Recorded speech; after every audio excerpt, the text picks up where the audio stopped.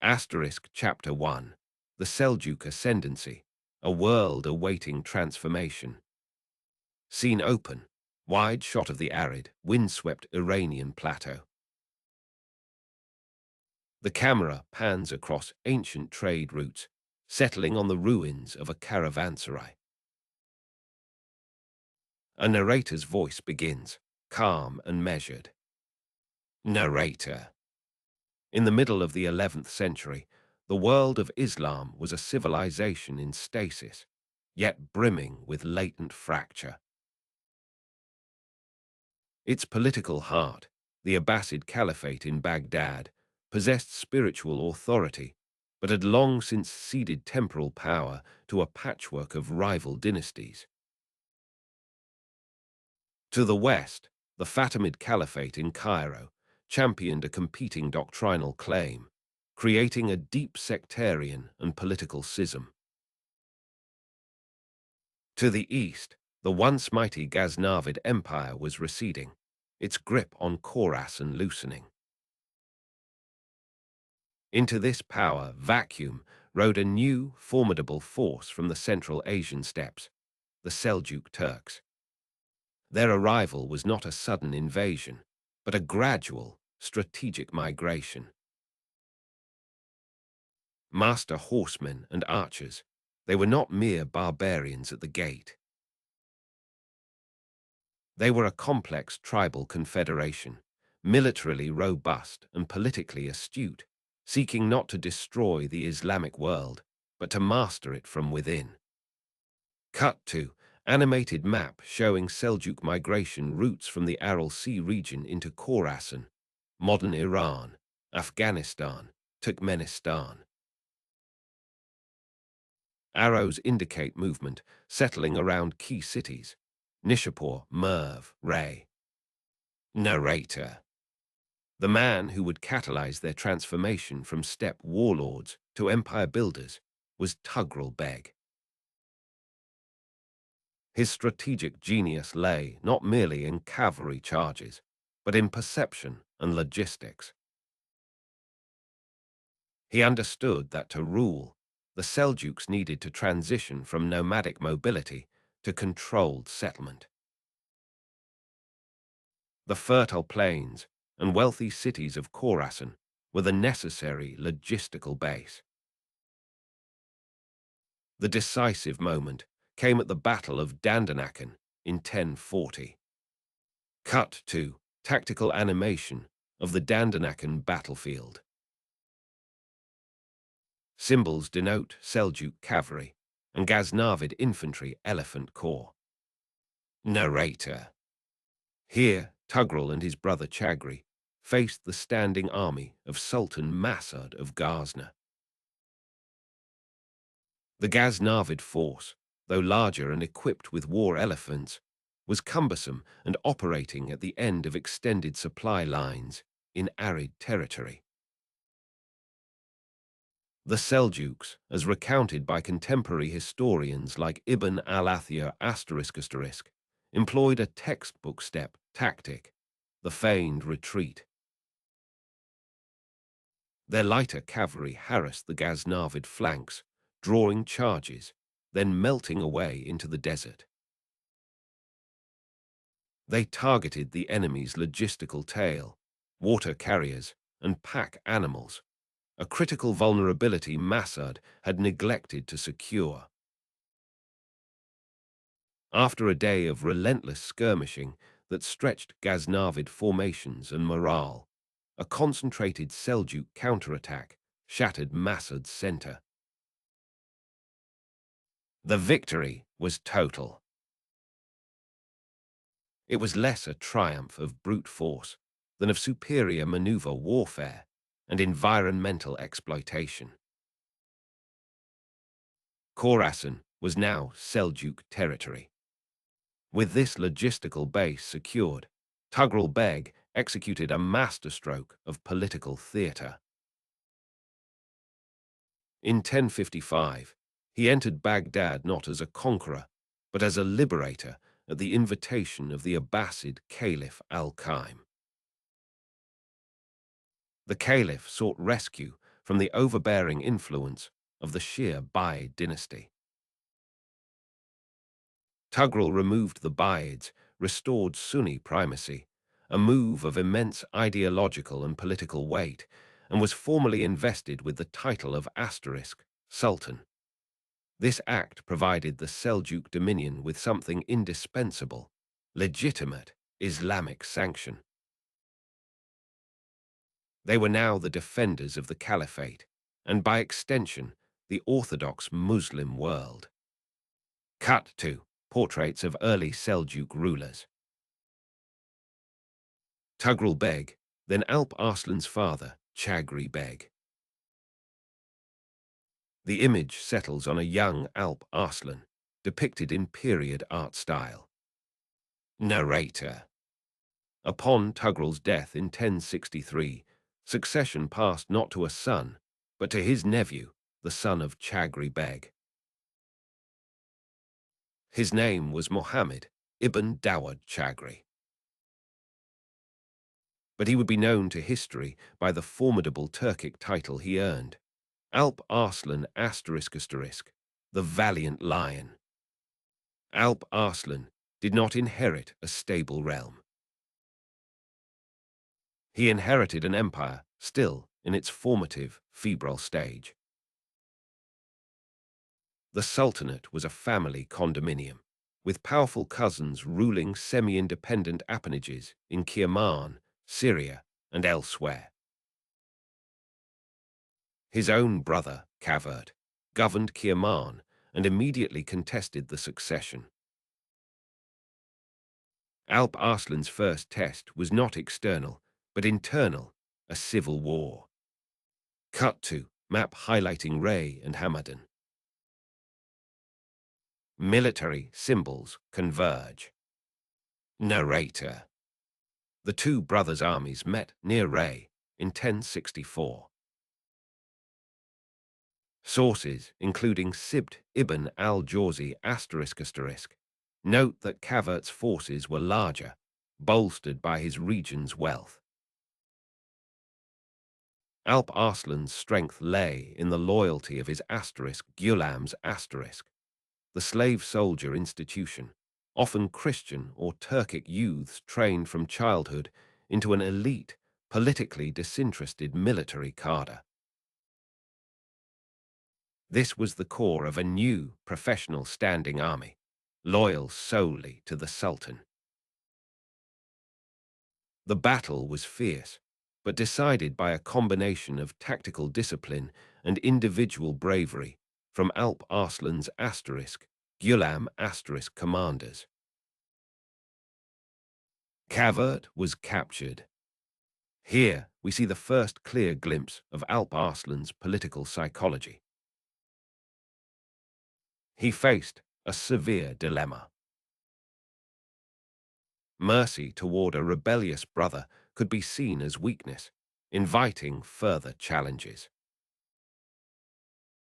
Execution could provoke a familial and tribal rift. His solution was a calculated display of both ruthlessness and restraint. He spared Kavert's life, but executed the rebels' chief military advisors. The message was unambiguous. Rebellion was fatal for its instigators, but the Sultan's magnanimity could extend to his own blood. It consolidated his authority without fracturing the dynasty. Cut to shot of Alp Arslan on campaign, examining a map with his vizier, Nizam al-Mulk. Narrator. With internal cohesion enforced, Alp Arslan could look outward. His strategic mind, heavily influenced by his brilliant Persian vizier, Nizam al-Mulk operated on two fronts. The first was ideological and administrative, consolidating the Sunni orthodoxy they now championed and building a bureaucratic state. The second was pure realpolitik ***, securing frontiers. To the north lay the Christian kingdoms of Armenia and Georgia, and the Byzantine Empire. To the south and west were Fatimid-aligned territories. Alp Arslan's early campaigns, particularly his devastating raid through Armenian and Georgian lands in 1064, were not primarily for conquest. Their objective was strategic shaping. As described by the historian *al-Tabari* in his chronicles of earlier eras, such campaigns followed a brutal logic. They destroyed potential enemy bases and supply regions, secured mountainous passes, and created a buffer zone. The capture of the Armenian capital, Ani, was a psychological blow, demonstrating the reach and ferocity of Seljuk power. It was a warning to Constantinople. Final scene: a slow zoom on a Byzantine mosaic of Emperor Romano's IV Diogenes, then back to Alp Arslan, looking west. Narrator. By 1070, Sultan Alp Arslan had transformed the Seljuk realm. He had subdued internal rivals, professionalized his military, and secured his flanks through calculated demonstrations of force. The empire had a center of gravity. But to the west, the aging Byzantine Empire, perceiving the Seljuk raids as an existential threat, was stirring.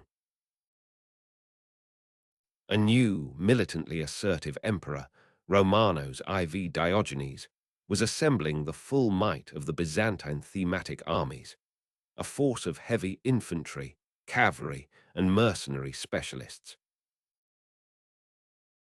His intent was clear: to smash the Seljuk threat and restore Anatolia's eastern frontiers. Two empires, two military systems, the fluid, cavalry-based warfare of the steppe and the rigid, disciplined system of classical antiquity, were on a collision course. The world awaited a transformation. Its catalyst would be a single, brutal encounter in the rugged terrain of Manzikert. Alp Arslan, the valiant lion, had secured his throne. Now he would face the test that would define his legacy and alter the map of continents. Fade to black. End Chapter 1. Intro music fades in, then gently under the narrator. Narrator, * the vast, arid landscapes of Persia and Mesopotamia had long been a crucible of empires, their fortunes forged in the crucible of ambition and the unforgiving logic of power. When Alp Arslan ascended the Seljuk throne in 1063, inheriting the mantle from his uncle Tughril Beg, he inherited not a unified realm, but a sprawling, fractious confederation. His authority, though nominally supreme, was contested by powerful kinsmen and ambitious tribal leaders, their loyalties often more personal than institutional. This was the stage for Alp Arslan's early reign, a period of intense internal consolidation, where the very survival of the nascent Seljuk Empire hung in the balance.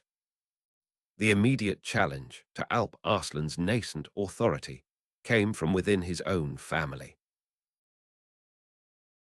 His cousin, Qatalmish, son of Arslan Israel, believed he held a more legitimate claim to the Sultanate. Qatalmish had been a powerful figure under Tughril Beg, commanding significant forces and holding sway over strategic territories. His refusal to acknowledge Alp Arslan's succession plunged the Seljuk domain into a brutal, albeit brief, civil conflict. This was not merely a family feud. It was a struggle for the soul of the Seljuk state, a contest to define whether it would remain a loose tribal confederacy or evolve into a centralized imperium. Alp Arslan, understanding the existential threat posed by a divided leadership, moved with swift and decisive action. His military strategy was characterized by a blend of calculated aggression and tactical finesse. Instead of allowing Qatalmish to solidify his position, Alp Arslan marched his forces directly against him. The decisive engagement occurred in the plains near Damgan, in northern Persia. Accounts from chroniclers like Ibn al-Athir detail a pitched battle where Qatalmish initially held an advantageous position, even managing to inflict casualties on Alp Arslan's vanguard. However, Alp Arslan, rather than committing to a frontal assault, employed a strategic maneuver that would become characteristic of his leadership. He used the terrain and the superior mobility of his Turkoman cavalry to outflank and encircle Qatalmish's forces. The battle itself was a testament to Alp Arslan's emerging leadership qualities. He led from the front, inspiring his troops through personal courage and tactical acumen. The psychological impact of his presence, combined with the disciplined execution of his battle plan, proved overwhelming. Qatalmish's forces, despite their initial resolve, eventually broke under the sustained pressure. In the aftermath of the battle, Qatalmish himself perished, either in the fighting or during an attempted retreat into the mountains.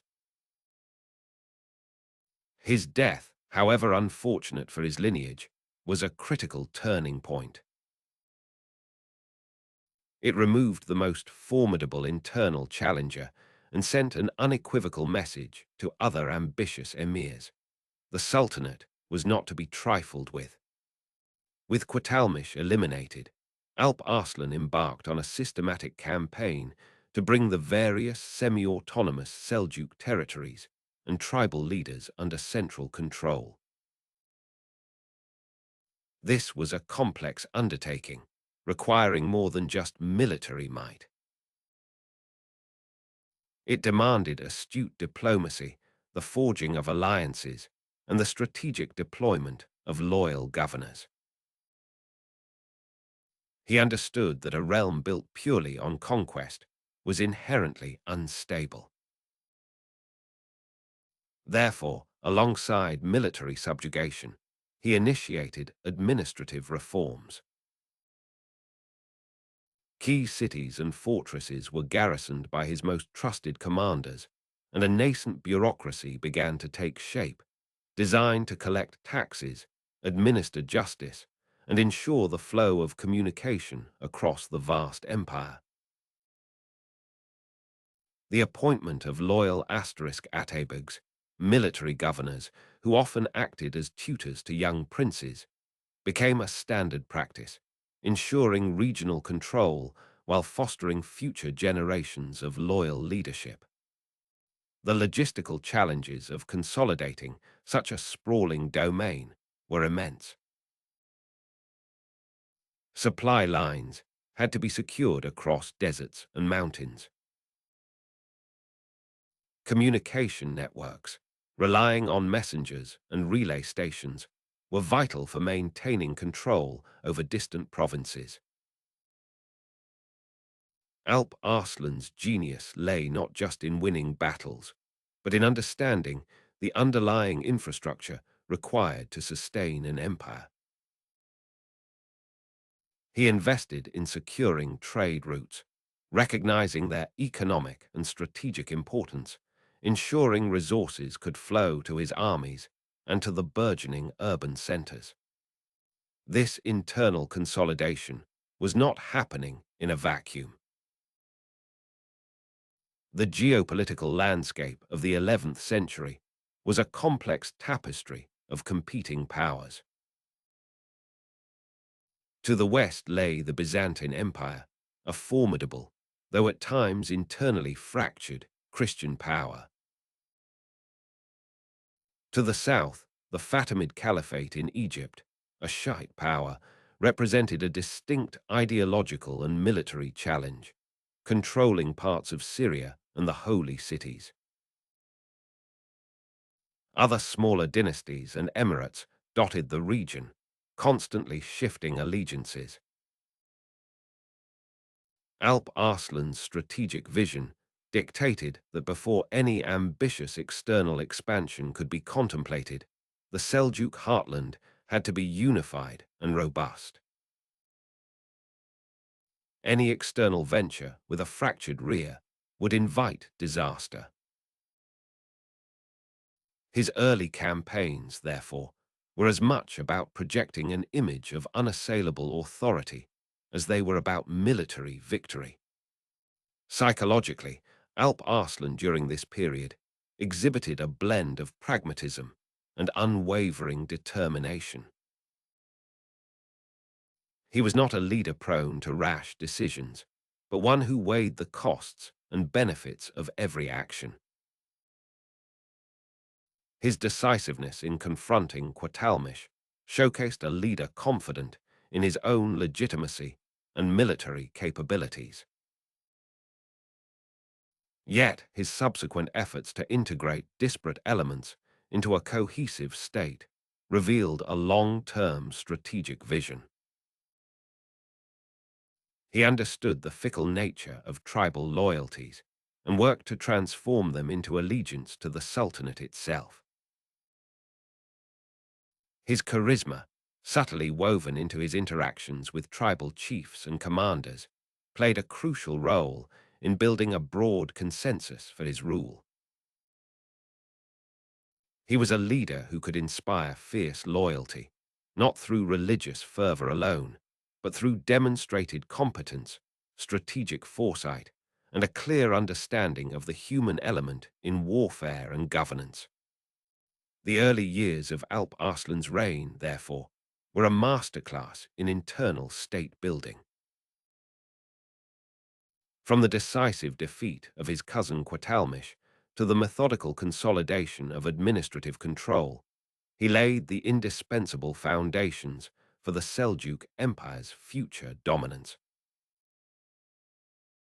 He transformed a disparate collection of ambitious warlords and tribal levies into a more cohesive, centrally commanded force. With the realm increasingly secure and his authority unchallenged from within, Alp Arslan was now poised to turn his attention outwards, towards the formidable external challenges that awaited him, and to carve a new chapter in the annals of history. Music swells and fades out. Asterisk Chapter 3. Manzikert, the strategic gambit that opened Anatolia. The year is 1071. The high plateau of eastern Anatolia stands as a cold, windswept threshold between two worlds.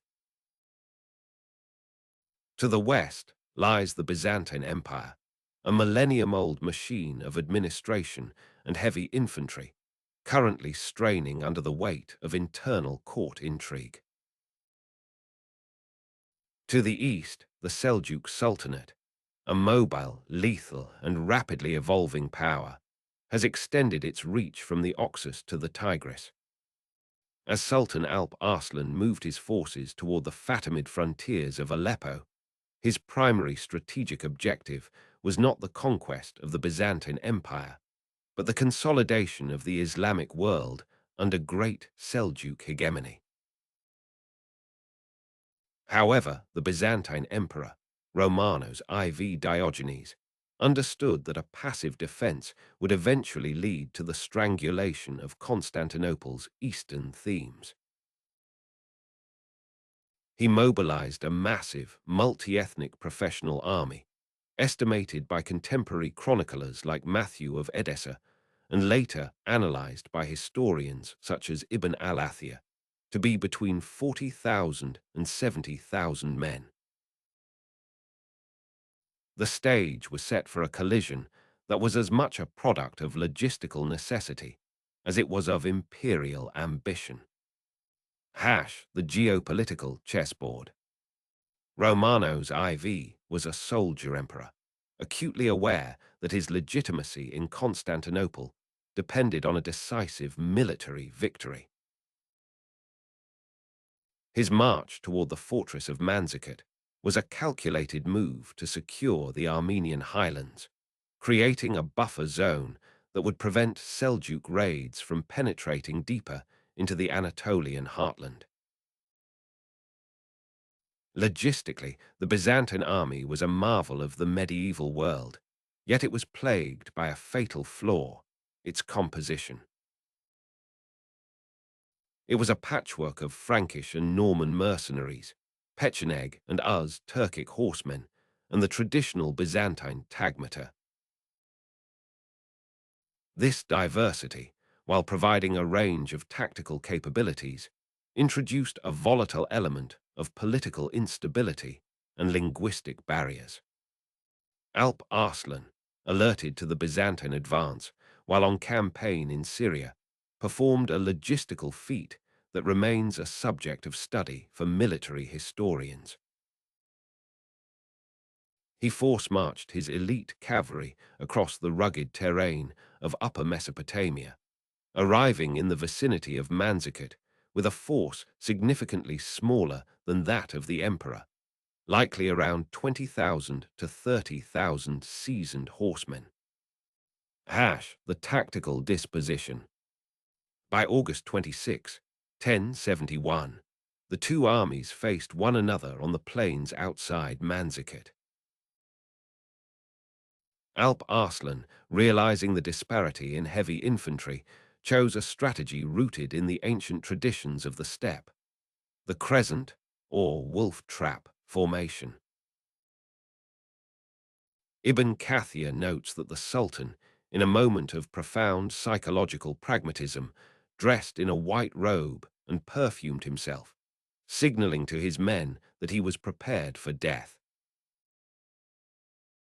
This was not merely a gesture of piety, but a calculated leadership tactic to solidify the morale of a smaller force facing a wall of Byzantine steel. He tied his horse's tail, a traditional Turkic sign of impending combat, and prepared to exploit the rigidity of the Byzantine line. Romano's IV deployed his forces in the classic Byzantine double-line formation. He led the center, with Nicephorus Bryennius commanding the left wing and Theodore Alliates the right. Crucially, the reserve was commanded by Andronikos Doukas, a political rival whose loyalty to the emperor was compromised by the treacherous undercurrents of the Byzantine court. The gambit, the feigned retreat. The battle commenced with the Seljuk horse archers harassing the Byzantine flanks. Using the Parthian shot, the ability to fire accurately while retreating, the Seljuk light cavalry drew the Byzantine heavy infantry out of their disciplined ranks. Romanos, seeking a decisive engagement, ordered a general advance. For hours, the Seljuks gave ground, slowly pulling the Byzantine center further away from their camp and their reserves. This was the gambit. By mid-afternoon, the Byzantine lines were stretched and fatigued by the heat and the weight of their armor. As the sun began to set, Romanos realized the danger. His wings were losing contact with the center, and the Seljuk light cavalry was beginning to swarm the gaps. He ordered a withdrawal back to the camp. It was at this moment that the strategic fragility of the Byzantine army collapsed. The and Pecheneg mercenaries, recognizing the kinship and the superior tactical position of the Seljuks, began to defect or flee. More damaging was the action of Andronikos Doukas.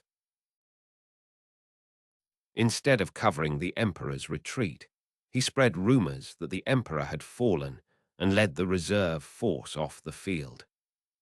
The collapse and capture. The Seljuk crescent snapped shut. Alp Arslan ordered a full-scale charge, transforming the Byzantine retreat into a rout. The emperor's center was surrounded. Romanos IV, fighting with a courage that even his enemies admired, was wounded and eventually captured. The first time a Byzantine emperor had been taken alive by a Muslim ruler since the 7th century. In the tent of Alp Arslan, the dialogue recorded by historians like Ibn al-Qalanisi reveals the Sultan's strategic temperament. When asked what he would do if the roles were reversed, Romanos replied that he would likely execute the Sultan. Alp Arslan's response was characterized by a cold, statesmanlike wisdom. My punishment is far heavier. I forgive you and set you free. Analysis, the human cost and historical shift. The victory at Manzikert was not the result of a miracle, but of superior mobility, psychological warfare, and the exploitation of the enemy's internal political fractures. Alp Arslan did not seek to destroy the Byzantine Empire. He sought a stable frontier and a tributary relationship. However, the tactical vacuum left by the destruction of the Byzantine field army could not be filled. The strategic gambit did more than win a battle. It broke the Byzantine defensive crust.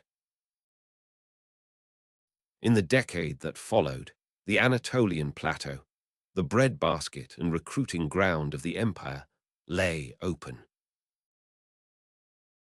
Manzikert represents the moment when the center of gravity in the Near East shifted. It was a victory of the mobile steppe tradition over the static imperial machine. Alp Arslan's brilliance lay in his ability to see the battlefield not just as a clash of arms, but as a psychological landscape where the resolve of a leader and the loyalty of a soldier were the ultimate currencies. The gates of Anatolia were no longer locked.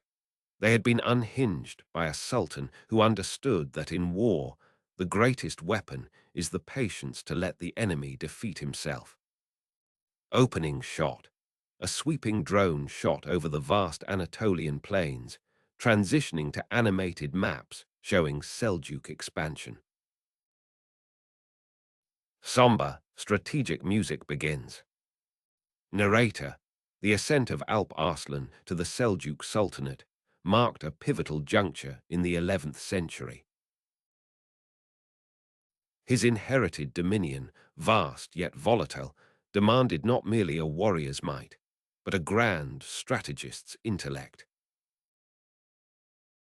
Chapter 4 delves into the intricate tapestry of Alp Arslan's military philosophy, a synthesis of tactical brilliance, shrewd diplomacy, and a far-reaching vision that would fundamentally reshape the geopolitical landscape of the Near East. Visual close-up of ancient maps, highlighting trade routes and contested borders. A scholar's hand points to key strategic locations. Narrator. The world Alp Arslan navigated was one of profound fragmentation and ceaseless flux. To the east, the remnants of various Turkic and Persian principalities vied for power. To the south, the ideologically distinct Fatimid Caliphate in Egypt posed a persistent challenge, threatening the spiritual and political authority of the Sunni Abbasid Caliphate in Baghdad, which the Seljuks had sworn to protect. And to the west, The formidable Byzantine Empire, though scarred by internal strife, remained a colossal force, its ancient frontiers a constant point of friction and ambition. Alp Arslan understood that mere conquest was insufficient. Lasting power required a sophisticated interplay of coercion and cooperation. Visual, animated sequence showing Seljuk cavalry in formation, demonstrating their mobility and archery tactics. Narrator, at the core of Alp Arslan's tactical prowess lay the formidable Seljuk cavalry. These highly mobile Turkic horsemen were masters of steppe warfare, employing devastating hit-and-run tactics, feigned retreats, and a relentless barrage of composite bow fire. Their speed and maneuverability often overwhelmed more heavily armored, less agile opponents. Alp Arslan refined these techniques, understanding that the psychological impact of such swift, elusive forces could shatter enemy morale long before a decisive engagement. Logistics, often the silent arbiter of ancient campaigns, were managed with meticulous care. Sources like Ibn Kathir chronicle the Sultan's attention to detail, from securing foraging rights to establishing supply depots along his routes, ensuring his armies, often numbering tens of thousands, remained provisioned across vast, often hostile terrains. This logistical discipline was crucial for maintaining the cohesion of a multi-ethnic army comprising Turks, Persians, and Arabs. Visual, architectural drawings of siege engines, juxtaposed with images of fortified cities. Narrator, while the Seljuks excelled in open field engagements, Alp Arslan was also adept at siege warfare, though he preferred to avoid its costly, protracted nature when possible. His approach often combined a show of overwhelming force with an immediate offer of terms.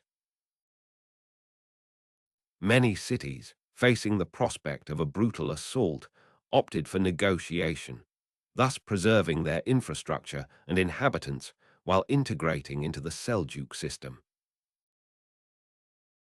This blend of military pressure and pragmatic diplomacy minimized the human cost of conquest, a subtle but significant aspect of his strategic thinking. The chronicles of Tabari, though predating Alp Arslan, provide a historical context for understanding the long-standing importance of such calculated approaches to warfare in the region. Visual, diplomats meeting, maps showing spheres of influence, and the Abbasid Caliphate's emblem. Narrator, Alp Arslan's art of war extended far beyond the battlefield. Diplomacy was not merely a tool for negotiation, but a weapon wielded with precision. He understood the delicate balance of power within the fragmented Islamic world. His relationship with the Abbasid Caliph in Baghdad was a masterclass in strategic deference. While the Caliph held spiritual authority, Alp Arslan, as Sultan, held temporal power. He positioned himself as the Caliph's protector, the guardian of Sunni orthodoxy against the Fatimid threat, thereby legitimizing his own rule and garnering crucial political capital. This alliance, though often strained, provided a unifying narrative for his expansionist policies. Visual, animated map showing the ideological divide between Sunni Seljuks and Fatimid Egypt. Narrator, the rivalry with the Fatimid Caliphate was a central geopolitical fault line. Alp Arslan tirelessly worked to undermine Fatimid influence, both militarily and ideologically. He supported Sunni scholars and institutions in areas contested by the Fatimids, knowing that cultural and religious allegiance could be as potent as military might. His diplomatic overtures often sought to peel away local rulers from Fatimid alignment, offering them security and integration within the burgeoning Seljuk sphere. This long-term vision for a unified Sunni front under Seljuk patronage was a testament to his understanding of power dynamics beyond immediate skirmishes. Visual, Alp Arslan depicted in a thoughtful, strategic pose, perhaps overseeing a map. A montage of diverse faces, reflecting the human impact of war. Narrator, psychologically, Alp Arslan was a leader of immense presence. He possessed an uncanny ability to inspire loyalty among his diverse commanders and troops, often through personal example and a reputation for justice, albeit stern. He was known for his calm demeanor under pressure, his capacity to assess rapidly evolving situations, and his willingness to adapt his plans. This mental fortitude, coupled with a clear, overarching vision, allowed him to maintain control over a vast and often tumultuous empire. His leadership was not without its human toll. The expansion of any empire inevitably brings conflict, displacement, and suffering. Yet Alp Arslan strove for a strategic efficiency that, in his view, minimized prolonged devastation, aiming for decisive outcomes. Visual, animated map showing Seljuk expansion into Armenia and Georgia, nearing Byzantine borders. Narrator, Alp Arslan's ultimate vision was the consolidation of a powerful Seljuk state, securing trade routes and extending its influence across the Near East. His campaigns in Armenia and Georgia, though seemingly regional, were part of a larger strategic calculus to project Seljuk power, secure lucrative territories, and probe the defenses of the Byzantine Empire. These incursions, meticulously documented by historians, were not random acts of aggression, but calculated moves in a grand chess game. They were the prelude to an inevitable confrontation, setting the stage for one of history's most consequential battles. Alp Arslan, the Sultan, was now poised to challenge the oldest empire in the region, ready to unleash his art of war on a scale never before witnessed. Closing shot, a dramatic wide shot of the Byzantine-Seljuk border, fading to black as the strategic music swells and then resolves. Chapter 5, A New Frontier, Alp Arslan's enduring blueprint for Anatolia. The architect of transformation. In the aftermath of Manzikert, Sultan Alp Arslan stood at a crossroads that would define not merely his reign, but the demographic and political character of an entire region for centuries to come. The Byzantine emperor, Romanos IV Diogenes, knelt before him, a moment contemporary chronicler Michael Attaliates described with bitter precision. Yet what followed was not the expected massacre or humiliation, but a calculated display of magnanimity that revealed the Sultan's sophisticated understanding of power projection. Alp Arslan demanded a ransom of 1.5 million gold dinars and an annual tribute of 360,000 dinars, terms recorded by Ibn al-Athir. More significantly, he released Romanos after only 1 week of captivity, providing him with gifts and an escort. This was not mercy, it was strategy. The Sultan understood that a grateful emperor restored to his throne would prove more valuable than a martyred prisoner who might unite Byzantine resistance. The miscalculation and its consequences. Alp Arslan's political calculus, however sophisticated, failed to account for the Byzantine capacity for self-destruction. Within months of his return, Romanos was deposed, blinded, and exiled by rival factions within Constantinople, a fate the historian Nikephoros Bryennios documented in unflinching detail. The resulting power vacuum and civil wars between 1071 and 1081 created precisely the instability the Sultan had sought to prevent through his diplomatic approach. Yet this Byzantine collapse inadvertently opened Anatolia to Turkic migration on a scale Alp Arslan himself had not initially envisioned. His strategic blueprint would be executed not through direct conquest, but through the initiative of semi-autonomous commanders and tribal groups responding to opportunity.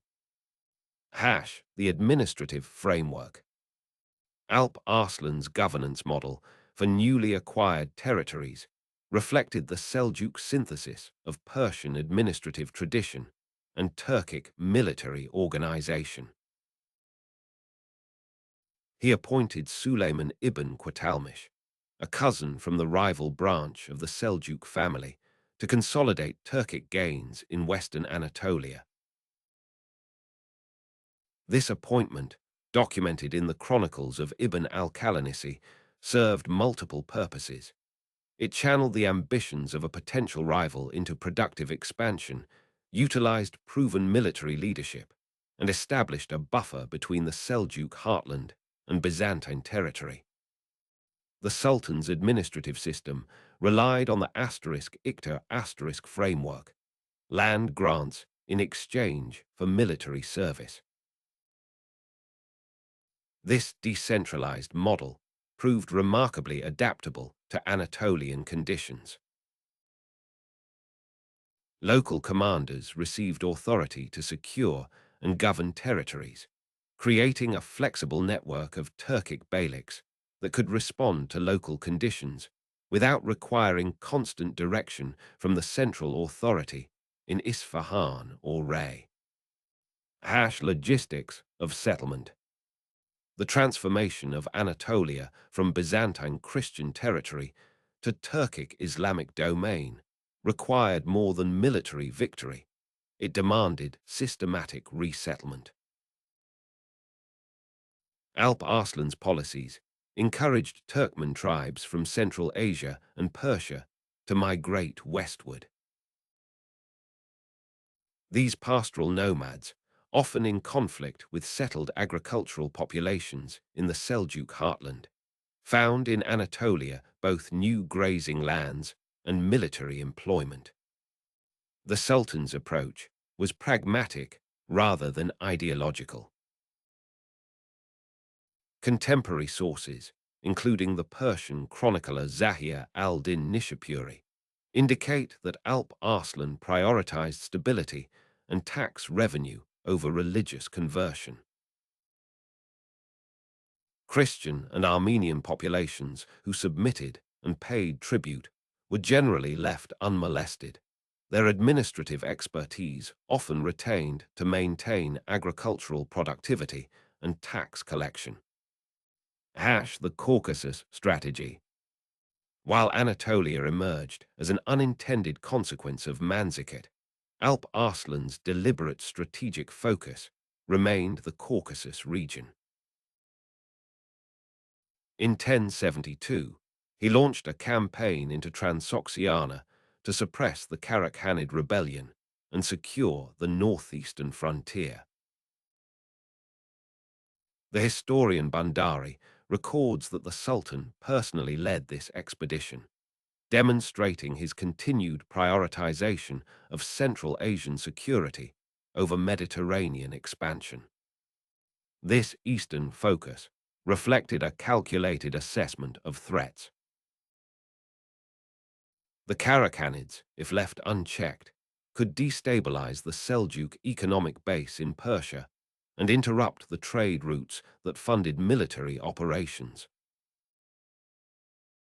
The Fatimid Caliphate in Egypt remained a rival center of Islamic authority. Byzantine Anatolia, by contrast, appeared to be collapsing under its own internal contradictions, requiring minimal direct intervention. The psychological profile. Alp Arslan's decision-making reveals a ruler capable of balancing immediate tactical advantage with long-term strategic positioning. His treatment of Romanos demonstrated restraint uncommon among contemporary rulers, a quality his vizier Nizam al-Mulk attributed to the Sultan's understanding that reputation could be as valuable as territory. Yet the Sultan's confidence occasionally bordered on overreach. His 1072 Transoxiana campaign, while strategically sound, placed him personally at risk. When confronting the commander of Barzam fortress near the Oxus River, Alp Arslan approached a captive with characteristic boldness. The prisoner, as Ibn al-Athir meticulously recorded, suddenly attacked the Sultan with a knife, delivering wounds that would prove fatal within days. Legacy in stone and settlement. Alp Arslan died on November 25, 1072, at approximately 44 years of age, having ruled for less than a decade. Yet his brief reign established the framework for Anatolia's transformation. Within 50 years of Manzikert, Turkic beyliks controlled most of the Anatolian plateau. Within 2 centuries, the region's demographic character had fundamentally shifted. The Sultan's legacy lay not in conscious design, but in creating conditions, military, administrative, and demographic, that enabled organic transformation. He built no grand mosques in Anatolia, founded no cities, yet the region became irrevocably Turkish. This was the paradox of Alp Arslan, a conqueror whose greatest conquest was unintentional, an administrator whose loosely structured system proved more durable than rigid centralization, a warrior whose strategic vision outlived him by centuries. Narrator, voiceover, calm and authoritative, with a subtle sense of gravitas. The dust of Manzikert, though settled, continued to swirl across the vast plains of Anatolia, forever altering the geopolitical landscape of the Near East. Sultan Alp Arslan, the architect of this seismic shift, now stood at the zenith of his power. Yet a truly great leader, a master strategist, understands that victory is not an end point, but a new beginning, a fresh set of challenges to confront.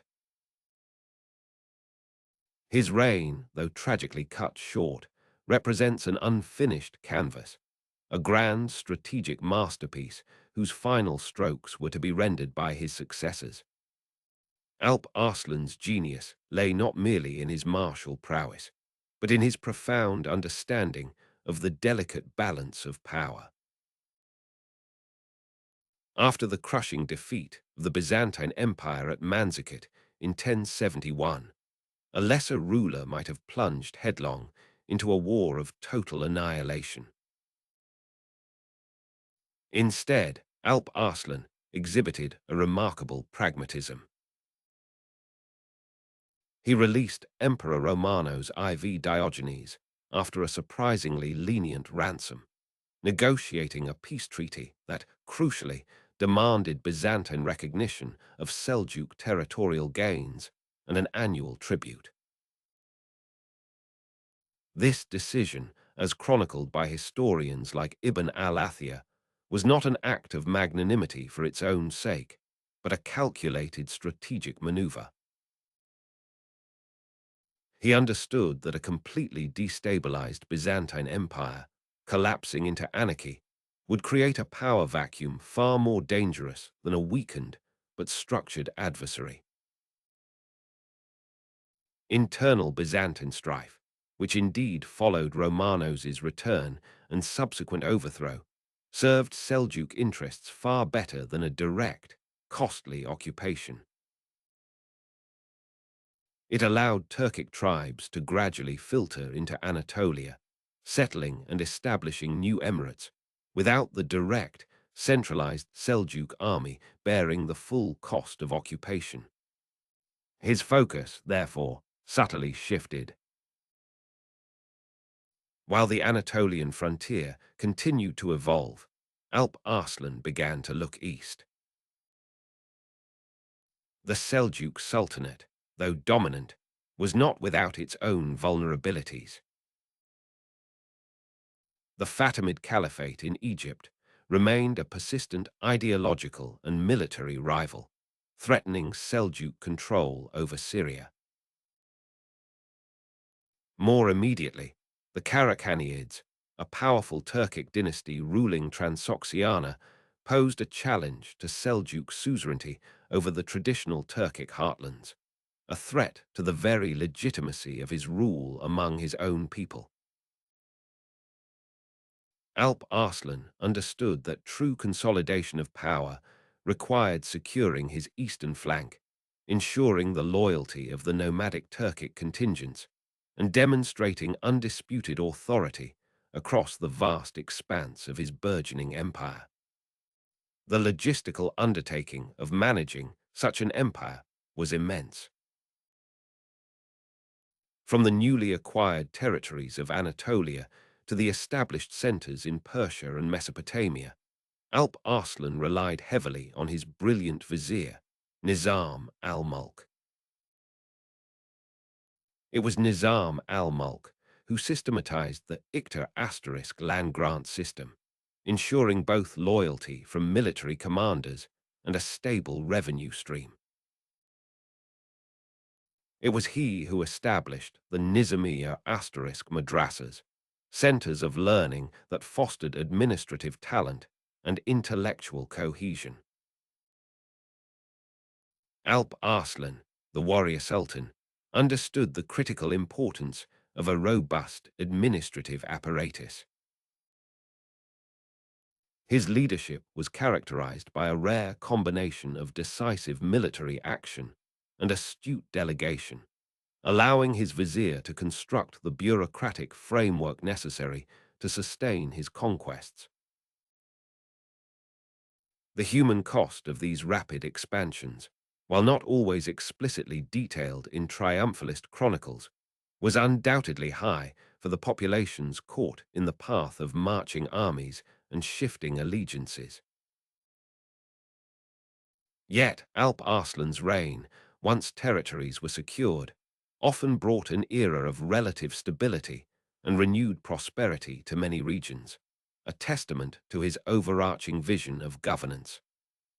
The psychological makeup of Alp Arslan reveals a leader of profound self-awareness and strategic depth. He was not prone to hubris, even after Manzikert. His ambition was tempered by a clear-eyed realism, understanding the limits of his resources and the need for strategic patience. He inspired fierce loyalty among his commanders and troops, often leading from the front, yet he was equally capable of detached, rational decision-making. His willingness to negotiate, to compromise, to secure a long-term advantage over immediate gratification, speaks volumes about a mind focused on legacy rather than fleeting glory. It was this expansive vision that led him to embark on his final, fateful campaign. In 1072, Alp Arslan turned his attention fully to the east, marshalling a vast army to confront the Karakhanids. The campaign aimed to reassert Seljuk dominance over Transoxiana, a region of immense strategic and symbolic importance. Crossing the Oxus River, his forces advanced deep into Karakhanid territory. The scale of the undertaking, the movement of thousands of men, horses, and supplies across challenging terrain, underscores the logistical mastery of the Seljuk state under his command. However, fate, often capricious, intervened in the most unexpected manner. During the siege of the fortress of Barzam, Alp Arslan captured its tenacious commander, Yusuf al-Khwarizmi. In an act of defiance, Yusuf lunged at the Sultan, mortally wounding him. The accounts from chroniclers like Ibn Kathir describe the shock and disbelief among his retinue. Alp Arslan, the conqueror of emperors, the architect of a new world order, succumbed not in the glory of battle, but from a personal, sudden act of vengeance. He passed away on November 24, 1072, leaving behind a nascent empire and a strategic vision only partially realized.